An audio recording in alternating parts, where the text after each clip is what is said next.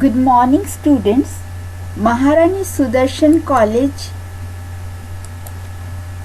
की BSc part second की समस्त छात्राओं का फिर से इस ऑनलाइन क्लास में स्वागत है।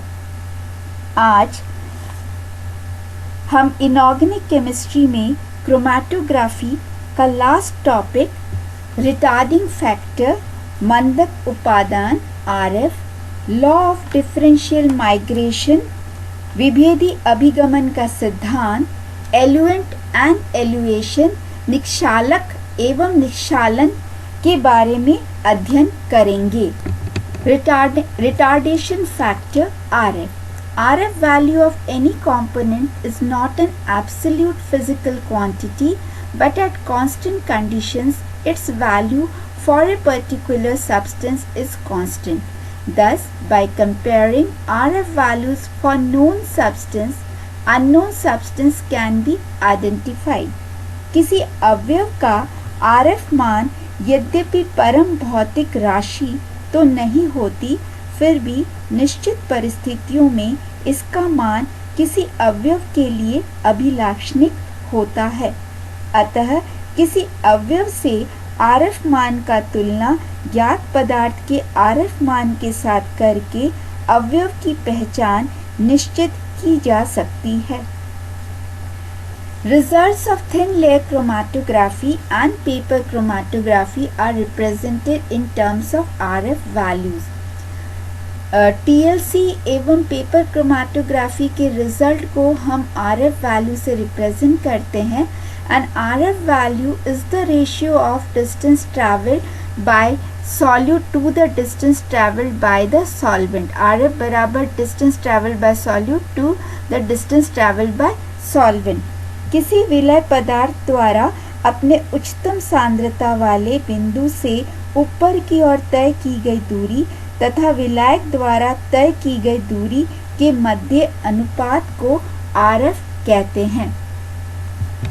Factors affecting RF values. RF मान को प्रभावित करने वाले कारक, concentration and pH of the solution, विलयन की सांद्रता एवं pH, nature of solvent use, विलयन की प्रकृति, nature of adsorbent and quality of paper, अधिशोषक की प्रकृति एवं पेपर की quality, nature of mixture of components, मिश्रण के अवयवों की प्रकृति, method of developing the chromatogram, chromatogram को विकास करने की विधि एंड फाइनली द टेम्परेचर, तापमान। यहाँ ये बात ध्यान रखना है कि the value of RF will always be less than 1। RF का मान सदैव ही 1 से कम होता है। इस चित्र में हम देखते हैं कि एक सैंपल स्पॉट दिया गया है, ये पेपर क्रोमैटोग्राफी है और इस सैंपल स्पॉट से मीन्स हम आइडेंटिफाई करेंगे कंपाउंड का। तो इसको जब हम सॉल्वेंट के अंदर रखते हैं इस पेपर को और क्रोमैटोग्राम डेवलप होता है तो हमें स्पॉट मिलता है और इस डिस्टेंस को जब हम कैलकुलेट करते हैं या नापते हैं और सॉल्वेंट जहाँ तक चढ़ा है उस डिस्टेंस को हम नापते हैं तो ये डिस्टेंस आता है A और जो सॉल्वेंट वाला डिस्टेंस आता है B। तो RF बराबर विलय द्वारा तय की गई दूरी बटा विलायक द्वारा तय की गई दूरी, तो A बटा B। यहाँ पे हमने RF को किस तरह से कैलकुलेट करते हैं यहाँ शो किया गया है। यहाँ पे हमने दो कंपोनेंट के मिक्सचर ले लिया है, एक A और B, और जब क्रोमैटोग्राम को डेवलप करते हैं तो A और B दो स्पॉट अलग हो जाते हैं, दो कंपोनेंट के डिफरेंट स्पॉट्स आते हैं। इनके डिस्टेंस को हम मेजर कर लेते हैं और सॉल्वेंट जहाँ तक चढ़ा है उस डिस्टेंस को हम मेजर कर लेते हैं। जैसे distance travelled by solvent is 10 centimetre, component A is 4 cm, component B is 8 cm।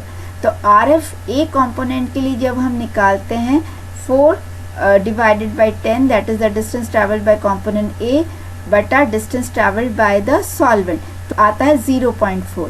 B का जो RF मान आता है 0.8। तो हम यहाँ देखते हैं जो RF वैल्यू जो है दोनों में ही 1 से कम आया है।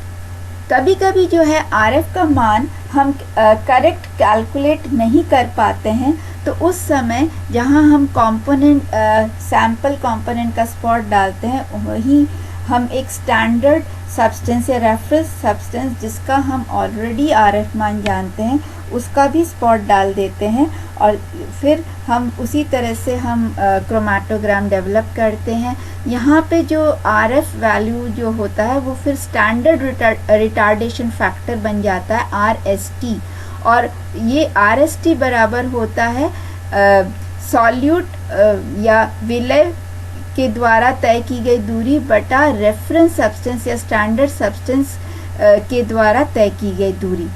तो यहाँ पे हम जैसे दो स्पॉट डाला, एक रेफरेंस सब्सटेंस का, एक हमने सैंपल स्पॉट का, और इसके डिस्टेंस अपने जो है दोनों स्पॉट्स आए हैं जब हमने क्रोमेटोग्राम डेवलप किया। तो जो स्पॉट के डिस्टेंस हमने मेजर कर लिया है, तो C जो है रेफरेंस स्पॉट का डिस्टेंस है, B जो है ये सैंपल स्पॉट का डिफरेंस, और A जो है सॉल्वेंट का डिफरेंस है।